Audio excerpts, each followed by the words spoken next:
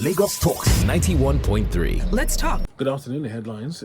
The Chief of Defense Staff reveals suspects linked to our church massacre arrested. Wike Governor Sanwo-Olu commissioned 7th Flyover in Port Harcourt, River State, as governor calls out adversaries. And also the foreign scene, voters head to the polls as Kenya decides next president.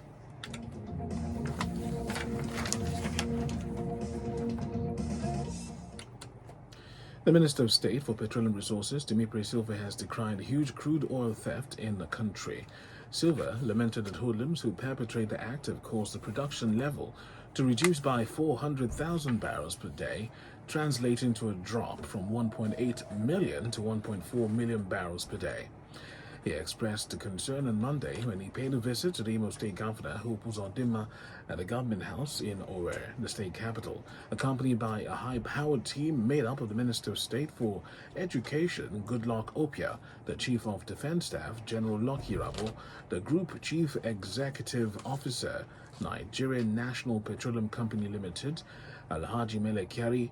Silva had said they came as part of industry-wide intervention mission to find a lasting solution to curb crude oil theft in the country, noting that they were also in Imo State to get the buy-in and support of the state government on how to tackle the problem. The minister said his delegation was in Imo to seek the cooperation of the state government, whilst adding that the oil host community should play a collaborative effort to stop the alarming levels of crude oil theft, which has now become a national emergency.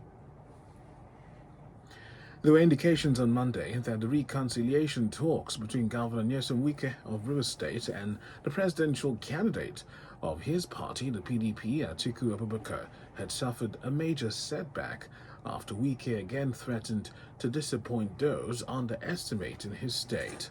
Speaking at the inauguration of some projects in Rivers, Governor Wike, in a veiled reference to Atiku and the PDP national leadership, had said no one should expect to get the votes of River State without at least giving something in return. Wike had also inaugurated the 7th flyover bridge to be constructed by his administration with a promise to do more in the remaining months of his tenure. He said his efforts at improving the infrastructure of the state is to reciprocate the kind gesture of the people in trusting in him and the party, the PDP. A social contract, he says, he will continue after the PDP has won next year's election. The commissioning of the flyover project was performed by the Governor of Lagos State, Babajide Sanwo-Olu, who commended Governor Wike's commitment to governance. 2 months after a suspected terror attack on the St. Francis Catholic Church in Ondo State, some of the assailants linked to the incident have reportedly been arrested. The Chief of Defense Staff, General Leo Irabo, disclosed this today, Tuesday, during a parley with executives and editors of media organizations in Nigeria. General Irabo said the attackers were arrested during joint operations involving the armed forces, the Department of State Security Services, the DSS, and the police. About 40 people were killed when the gunmen stormed the church on the 5th of June, opened fire on the congregation, and also detonated explosives as the worshippers had scampered for safety. Troops of Operation Thunderstrike of the Nigerian Army and that of Operation Puff Adder of the Nigerian Police have intensified patrols and operations along the Kaduna-Abuja highway and surrounding communities. This is part of efforts to flush out bandits and provide adequate security on the highway and the general area. Speaking during an assessment tour of the ongoing security operations on the highway, Kaduna State Commissioner for Internal Security and Home Affairs, Samuel Arua, said contrary to insinuations that motorists have abandoned the highway owing to insecurity, more vehicles are still plying the road as a result of the presence of security operatives in the area. Arua also debunked reports that the convoy of the Assistant Inspector General Police in charge of Zone 12 was attacked along the Kaduna-Abuja highway last week, saying that the incident took place between Kaduna and Nasarawa state borders. The Nigerian Police Force says it's yet to receive any application for firearms licenses from any quarters, The Zamfara state government had back in June directed the police command in the state to issue licenses to those eligible to bear arms as part of moves to tackle security challenges in the state.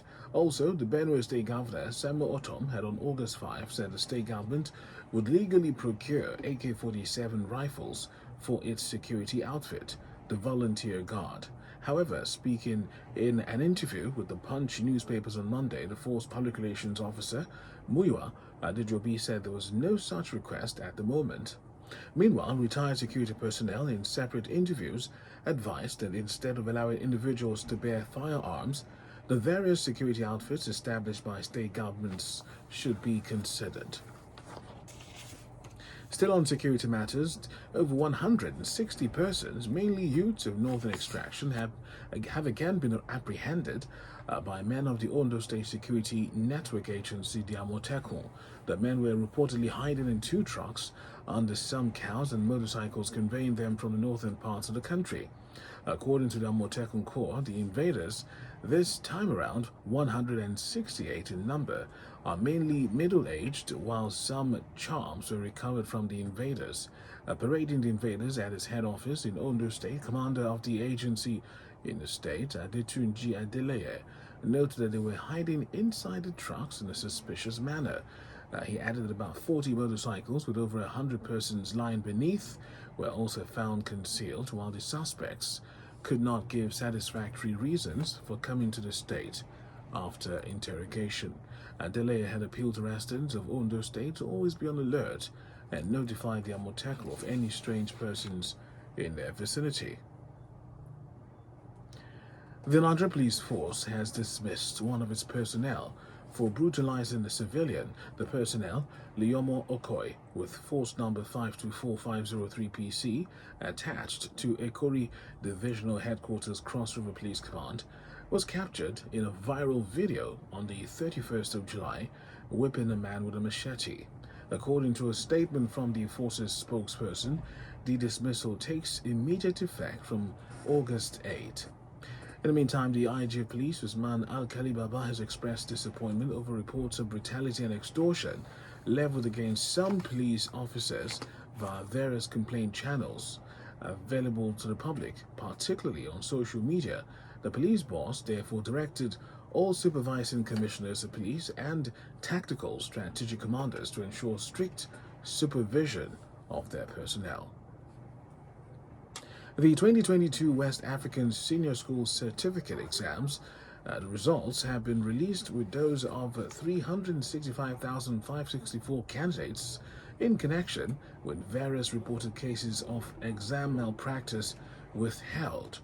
This was disclosed by the head of National Office, West African Exams Council Wike, Patrick Ariga, during a briefing in Lagos. Announcing the release of the results, he lamented that the students' preparations for the exams were poor, saying they were no longer ready to learn. According to Patrick Ariga, 365,564 candidates represented 22.83% of the total number of candidates that sat for the exams, adding that the number was 11.74% higher than the 10.9% recorded in the WASC for school candidates back in 2021. On the foreign scene, voters started queuing before dawn across Kenya this morning, eager to have their say over who will run the country for the next 5 years. The vote follows an intense campaign dominated by debates about living costs, unemployment, and corruption. The frontrunners are Deputy President William Ruto and ex-Prime Minister Raila Odinga, who has the backing of outgoing President Uhuru Kenyatta after a falling out with his own deputy. Beyond the presidential candidates, voters will also select senators, members of the national and county assemblies, as well as governors. Away from Kenya, at least 8 people have died and 14 others have been injured as flooding caused by torrential rain hit parts of South Korea's capital, Seoul. Heavy downpours on Monday night submerged roads, flooded metro stations, and caused blackouts across the city and neighboring provinces. Some areas received the highest rate of rainfall in 80 years, according to Korea's meteorological agency. Weather officials also said that the rain was likely to continue over several days.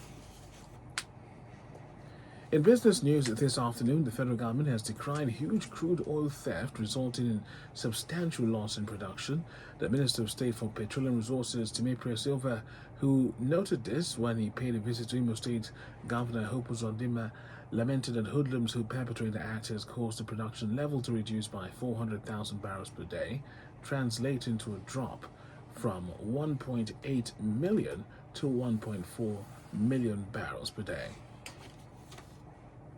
And we'll leave that and look at sports, where Manchester United target Benjamin Sesko has joined RB Leipzig in a deal worth a reported £20 million. The 19-year-old Red Bull Salzburg striker will join the Bundesliga side next season. Sesko has agreed a 5-year contract with Leipzig starting in 2023, becoming the latest player to make the move from Salzburg. With Sesko off the table, United will now have to look elsewhere for attacking reinforcements in the final 3 weeks of their transfer window.